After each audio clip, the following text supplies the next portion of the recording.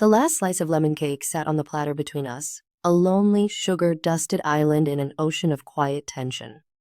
Its pale yellow sweetness was a mockery of the sourness that had curdled the air in this cavernous, sterile kitchen.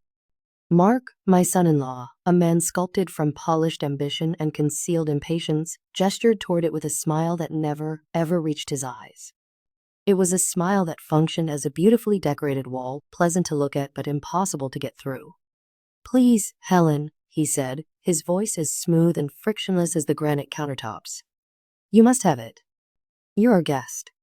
The words themselves were perfect, a sentiment embroidered on a throw pillow. But they landed on me like stones, each one a small, hard reminder of my status here. In his meticulously curated world, a guest was temporary, an anomaly to be managed with relentless, suffocating politeness until they had the good sense to leave. A guest was not family. A guest did not truly belong. Comment on which city you're watching and subscribe to the channel because I guarantee there's more to this story than meets the eye. My daughter, Sarah, my beautiful, once vibrant girl, fidgeted with the edge of her linen napkin, her gaze locked on the unnaturally green lawn visible through the floor-to-ceiling window. It was a lawn that looked like it had been individually tweezed. She used to meet my eyes across a table, her own sparkling with a shared joke, a silent understanding that was the unique, invisible language of mothers and daughters. Now, her gaze skittered away from mine as if prolonged contact was a form of betrayal against her husband. As if my face was a mirror showing her a past she was no longer allowed to inhabit. The silence stretched, thick and suffocating, filled only by the low, self-satisfied hum of the ridiculously oversized stainless steel refrigerator. I felt like a glitch in their flawless, minimalist home, an antique, creaking rocking chair placed in a showroom of chrome and glass.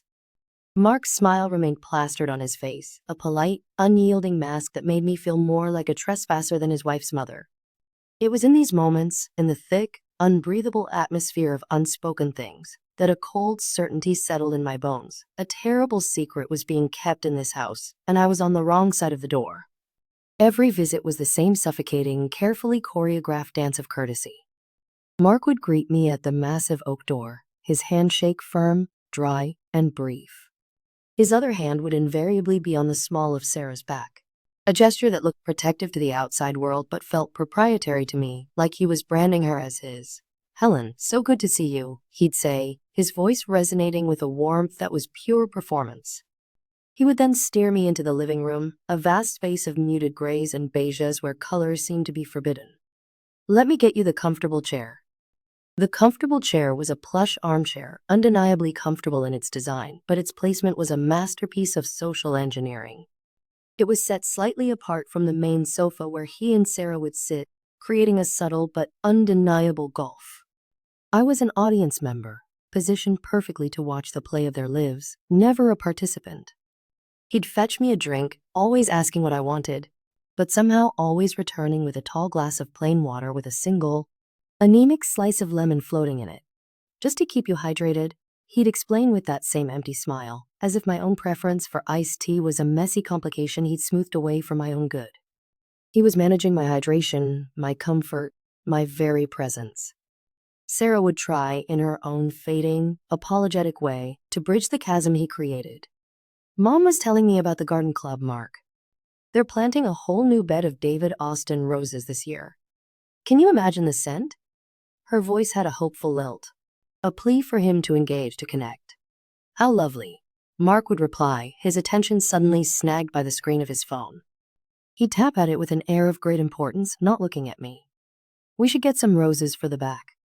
I saw a hardier, low-maintenance varietal online. Less prone to black spot. Less work. The implication hung in the air, as sharp and unpleasant as the smell of antiseptic. My roses, my stories, my memories, my very way of life, it was all too much work. Too messy. Too prone to the black spot of imperfection and genuine emotion. He was constantly editing my existence, and by extension Sarah's past, into a more streamlined, convenient version of itself.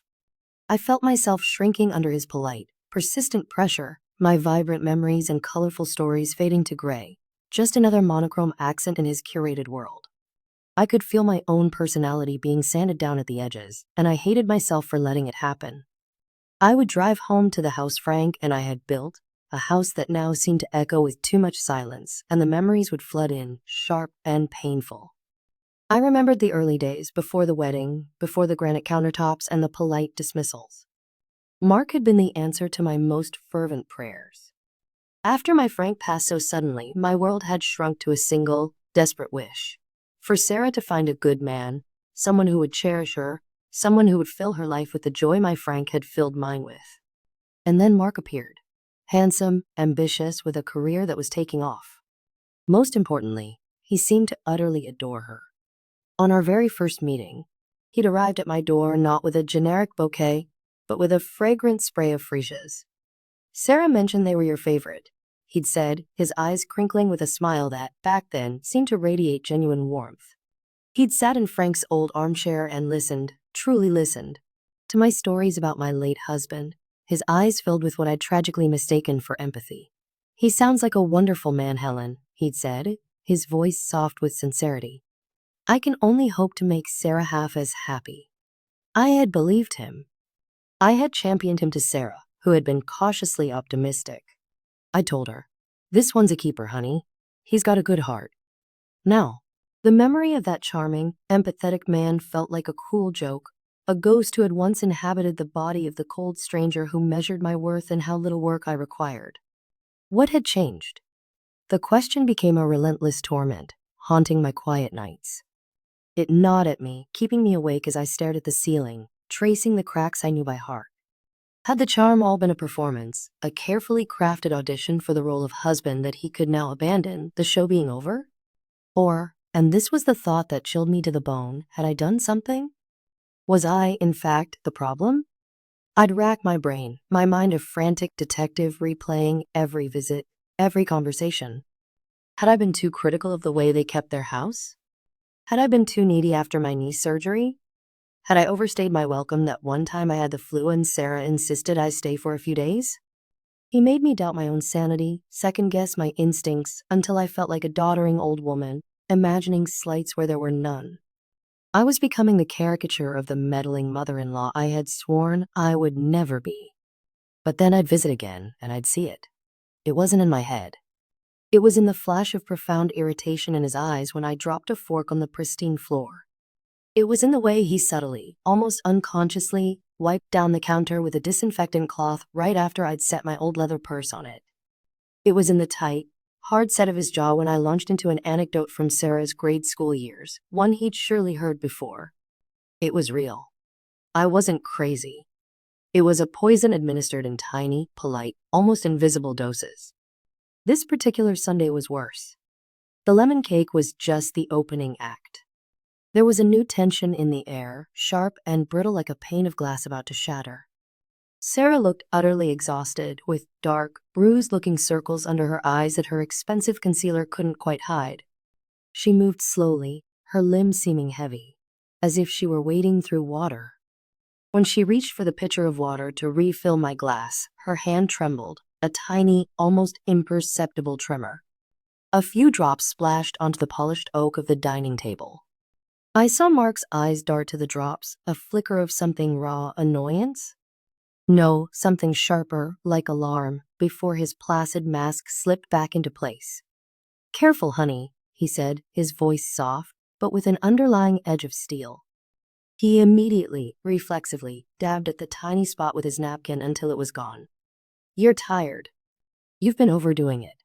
You should go rest." "I'm fine, Mark," Sarah said, a little too quickly, her voice thin. "Just clumsy today." She attempted a laugh, but it came out as a hollow little sound. I wanted to scream. A hot, furious wave surged through me. I wanted to grab the platter and hurl it against the wall to shatter the oppressive perfection. I wanted to shake my daughter and ask her, "Can't you see it? Can't you feel the way he's suffocating you, managing you, editing you?" But one look at her face, so pale and drawn, and the words died in my throat. She looked fragile. Breakable. Pushing her now felt like it would only shatter what little was left of our connection, so I sat in my comfortable chair, a guest in my daughter's life, and sipped my lemon water, the sourness a perfect match for the bitterness blooming in my heart. The visits began to feel like missions. I was no longer going to see my daughter for a pleasant chat. I was going to gather evidence. I started paying attention to the smallest details. The way a detective studies a crime scene for clues the perpetrator left behind, I became a spy in the house of my own family. I noticed the mail on the ornate hall table. An unusual number of thick envelopes from a medical laboratory. All of them addressed to Mark when I casually asked about it while pretending to admire a new orchid. He'd waved a dismissive hand. Oh, just some routine corporate wellness checks. My company is obsessed with executive health. They're very thorough. It sounded plausible, but it felt rehearsed. A lie as smooth and polished as everything else in his life. Then there was the locked door at the far end of the upstairs hallway. There was a room that had once been a lovely, sun-filled guest bedroom. Frank and I had stayed in it a few times after they first moved in on my last few visits. I'd noticed it was always closed this time, propelled by a morbid curiosity I was ashamed of. I found a moment alone and tried the handle. It was locked. Solid, unmoving. What's in that room, honey? I asked Sarah later, trying to sound as nonchalant as possible as she showed me a new painting Mark had bought for the living room. A sterile, soulless abstract of gray and black lines that looked like a barcode. Sarah's smile faltered for a fraction of a second. A tiny crack in her own carefully maintained facade. Oh, that's just Mark's new office space. He's been working on a big project from home, and it requires a lot of concentration. He likes to keep it organized and, undisturbed. Undisturbed, the word hung in the air between us. Another polite barrier, another locked door, an office that needed to be locked. Mark's main office was a grand affair downstairs, a room with a mahogany desk and a commanding view of the manicured garden. Why would he need a second, secret office hidden away at the end of the hall? My mind, starved for answers and fed a diet of suspicion, began to spin wild, lurid theories. Was he in some kind of trouble? Financial difficulty he was hiding from Sarah? The letters from the lab, the secret office. My stomach churned with a dreadful, cliched suspicion that felt both ridiculous and terrifyingly plausible. Was he seeing another woman? Was he using that room for secret phone calls, for a life he kept hidden from my daughter? That would explain everything. The distance, the coldness, the need to manage me. He was pushing me away because I was a link to the life, the wife he was trying to discard. One Tuesday afternoon, I decided to drop by with a pot of the chicken soup Sarah had loved as a child, using a sudden craving as my excuse. I arrived earlier than I'd said I would, a petty act of rebellion. I let myself in with the key Sarah insisted I keep, a key that felt heavier and more ill-gotten with each passing week. The house was silent, eerily so. "Hello?" I called out, my voice sounding small in the cavernous foyer. No answer. I figured they'd been held up at the store. As I stood there, feeling the familiar chill of the immaculate space, I heard a sound from upstairs. A low, muffled voice. It was Mark. My heart began to pound a frantic, heavy rhythm against my ribs. This was it. He thought he was alone. I set the soup on the hall table, my mission forgotten. I crept up the stairs, my soft-soled shoes making no sound on the plush, dove gray runner. The voice was coming from behind the locked office door. It was hushed, urgent, and stripped of its usual smooth veneer. I pressed my ear against the cold, painted wood, my shame warring with my desperate, all-consuming need to know the truth. The test results were conclusive, Mark was saying. His voice was strained, frayed at the edges. It was the voice of a man in profound pain. No, there's simply no other option. We have to move to the next stage. I've already ordered the equipment. It will be delivered to my private P.O. box next week. Equipment? My blood ran cold. My tawdry affair theory suddenly felt flimsy and naive. This sounded far more serious. More dangerous. There was a pause. I could hear the faint, tinny, indecipherable sound of someone talking on the other end of the line. I know it's fast, Mark continued, his voice cracking on the word. But the progression? It's faster than they predicted. I can't. I can't tell her mother yet. Helen, she's a lovely woman, but she's fragile. She wouldn't be able to handle it. Seeing it all happen again, it would break her. Happen again? My mind reeled, stumbling over the words. What did he mean? Again? My husband Frank's death, while devastating, had been sudden, a massive, unexpected heart attack. There was no long, drawn-out illness. What in God's name was he talking about? And what couldn't I handle? Me, who had buried a husband and rebuilt a life? I have to protect them both, he finished. His voice a near whisper, ragged with a sorrow so deep it made my own breath catch. It's the only way. I pulled back from the door as if it were electrified, my body trembling. Protect them both? Protect Sarah. And me? By lying? By locking doors and shutting me out? It made no sense. Unless the threat was him. The letters, the secret calls, the equipment. Was he involved in something illegal? Gambling debts? A shady business deal gone wrong? Was he trying to protect Sarah from his own disastrous secrets and pushing me away so I wouldn't uncover the ruin he was bringing upon them? The image of him as a caring, if misguided, protector warred with the image of a cold, calculating monster. I didn't know which one was real. A few days later, the universe, in its infinite and cruel wisdom, decided to intervene. A package arrived at my house, left on the front porch by a courier in a hurry. It was a small, heavy, unassuming cardboard box. It was addressed to Mark at his P.O.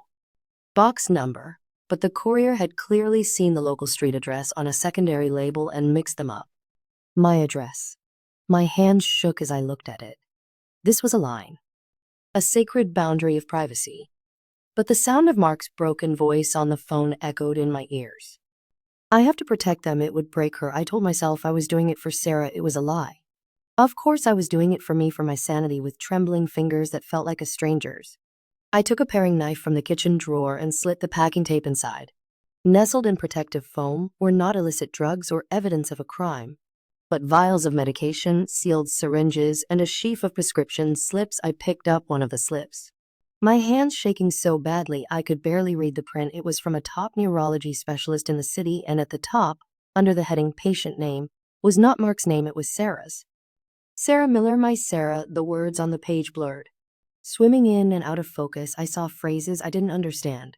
Complex medical terms that felt alien and menacing, but then my eyes snagged on one. I recognized a word I had read about years ago in a hushed article in a waiting room, a word that was a synonym for a cruel, relentless, unstoppable thief, a disease that had no cure. Huntington's.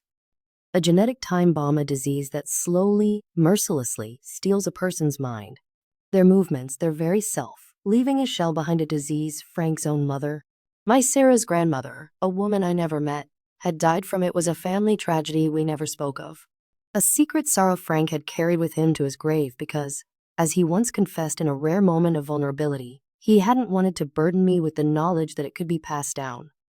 The 50-50 chance. The genetic coin toss. Happened again. The pieces of the puzzle didn't just fall into place. They slammed into my soul with the force of a physical blow. It wasn't about Frank's death, it was about his mother's, the slow, devastating decline that I had only heard about in hushed, pained whispers from my late husband, a decline that Mark was now watching happen. In real time, to my daughter, to his wife, the air was sucked from my lungs. The solid, familiar floor of my own kitchen seemed to tilt beneath my feet. Every polite dismissal, every cold smile, every dismissive comment, every locked door, it all replayed in my mind. But the soundtrack had changed from cruelty to tragedy. He wasn't pushing me away from him. He was trying to build a wall to shield me from the agonizing spectacle of watching my own child fade away. The same way Frank had been shielded from his mother's end, he thought he was sparing me. He was treating me like a fragile piece of antique glass. When all I wanted, all I had ever wanted, was to be a pillar, the comfortable chair, set apart from the sofa. It wasn't to exclude me. It was so I wouldn't get a clear view of the slight, telltale tremor in Sarah's hands. The simple lemon water. It was because, as the disease progressed, she was having trouble swallowing. And anything more complex was a choking risk. His obsession with her tiredness, her diet, his constant nagging for her to rest. It wasn't control. It was desperate, terrified care. The locked room. My God, the locked room. It wasn't a secret den for an affair. It was going to be a sick room. The equipment he was ordering. It was a hospital bed. It was for her, for the inevitable.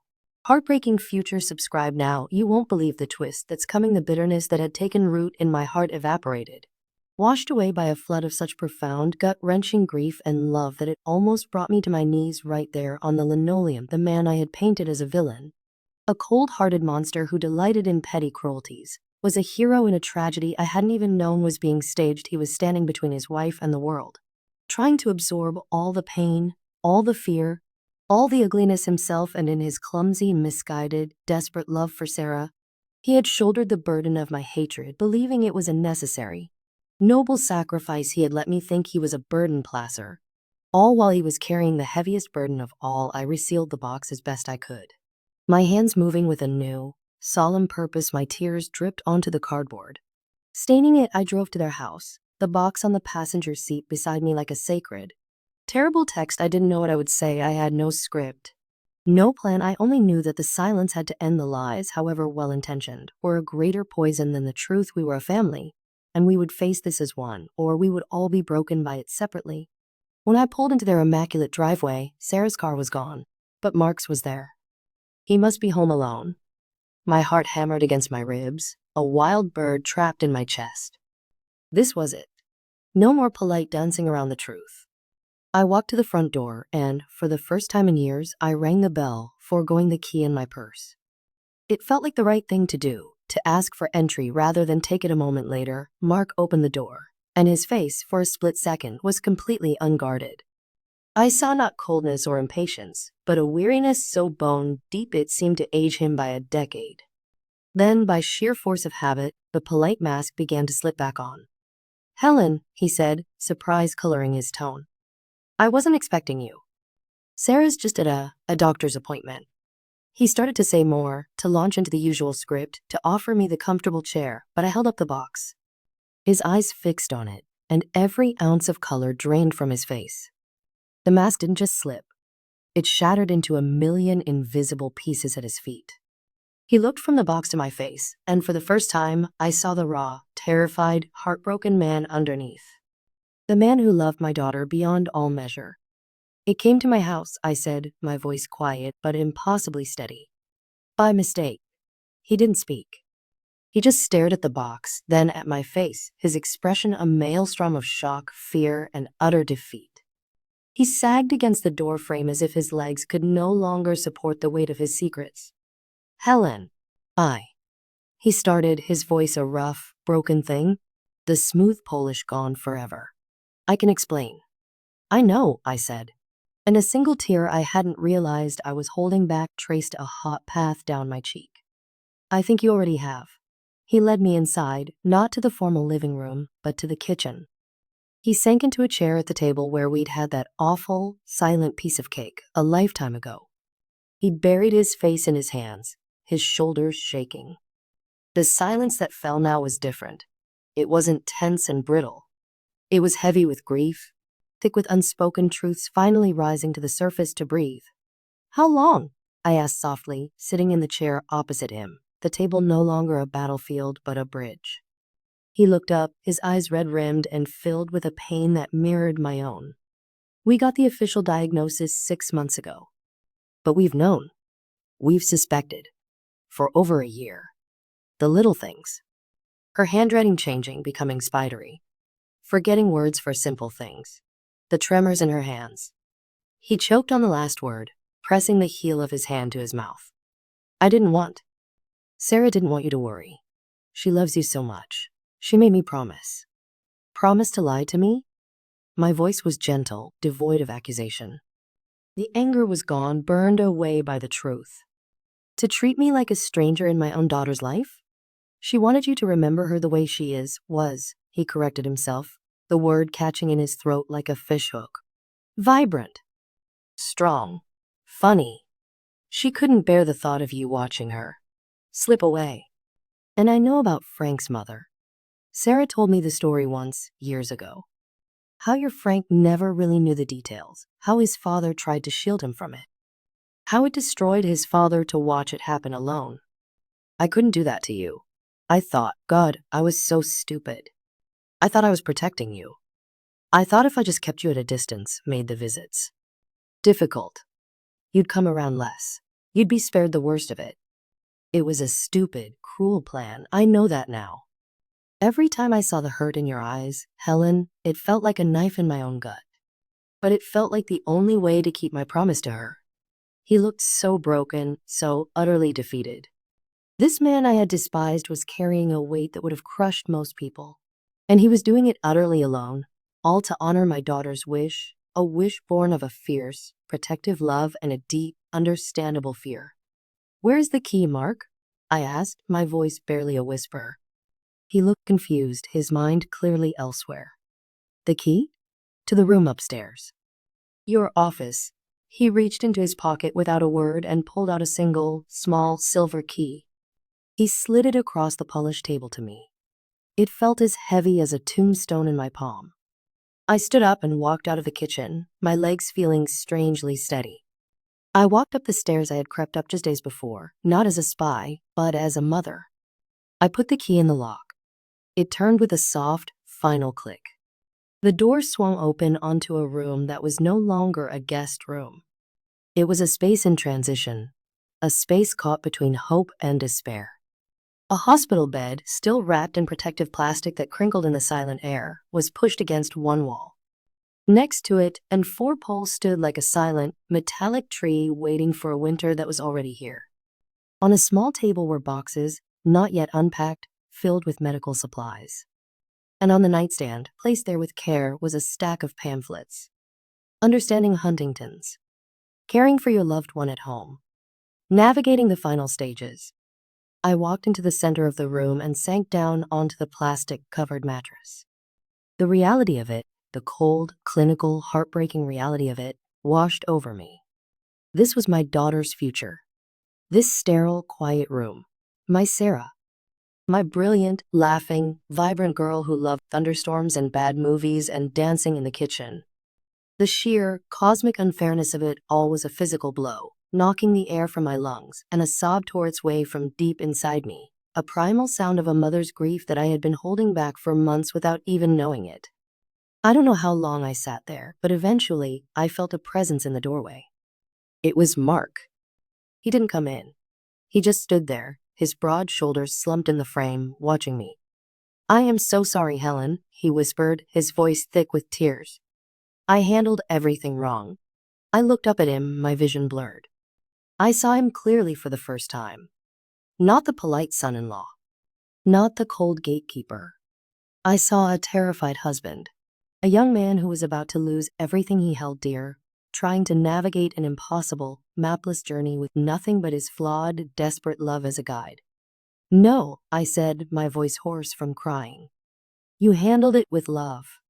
It was a misguided love, but it was love all the same. You were just trying to keep your promise.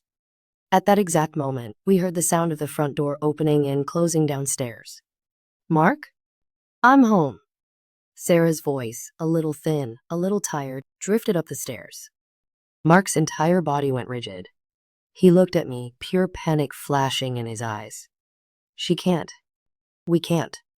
I stood up, wiping my tears with the back of my hand. I walked toward him, out of the room of future sorrow and into the hallway of the present. I placed my hand on his arm, and I felt the tremor in his muscles. It's all right, I said, my voice full of a strength I didn't know I possessed. No more secrets. No more protecting. We are a family. We do this together.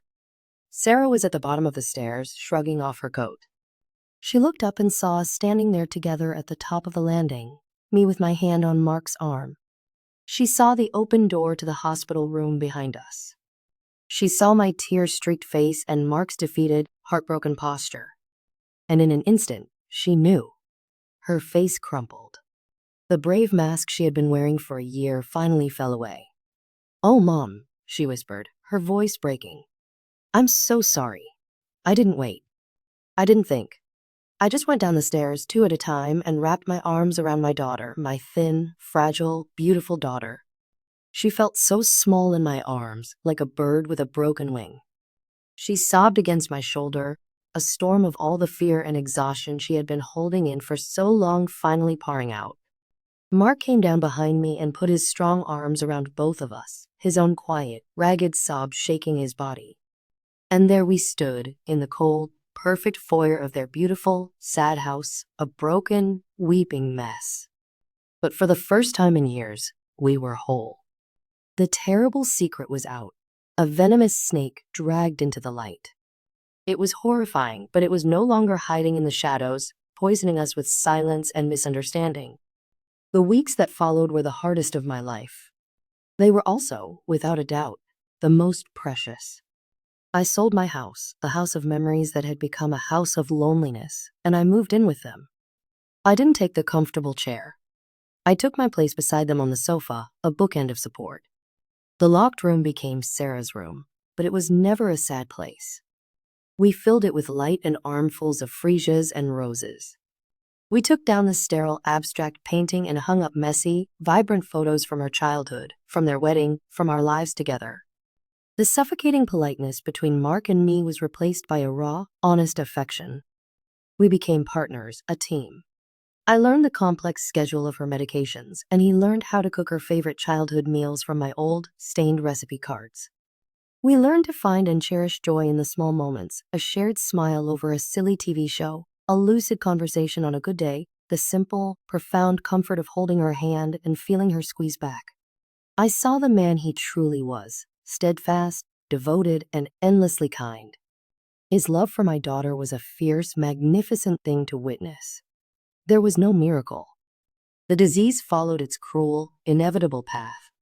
But we walked it with her, every single step of the way. I was no longer a guest in their lives, and I was certainly not a burden to be managed. I was a mother, a caregiver, a pillar of strength, just as they were for me.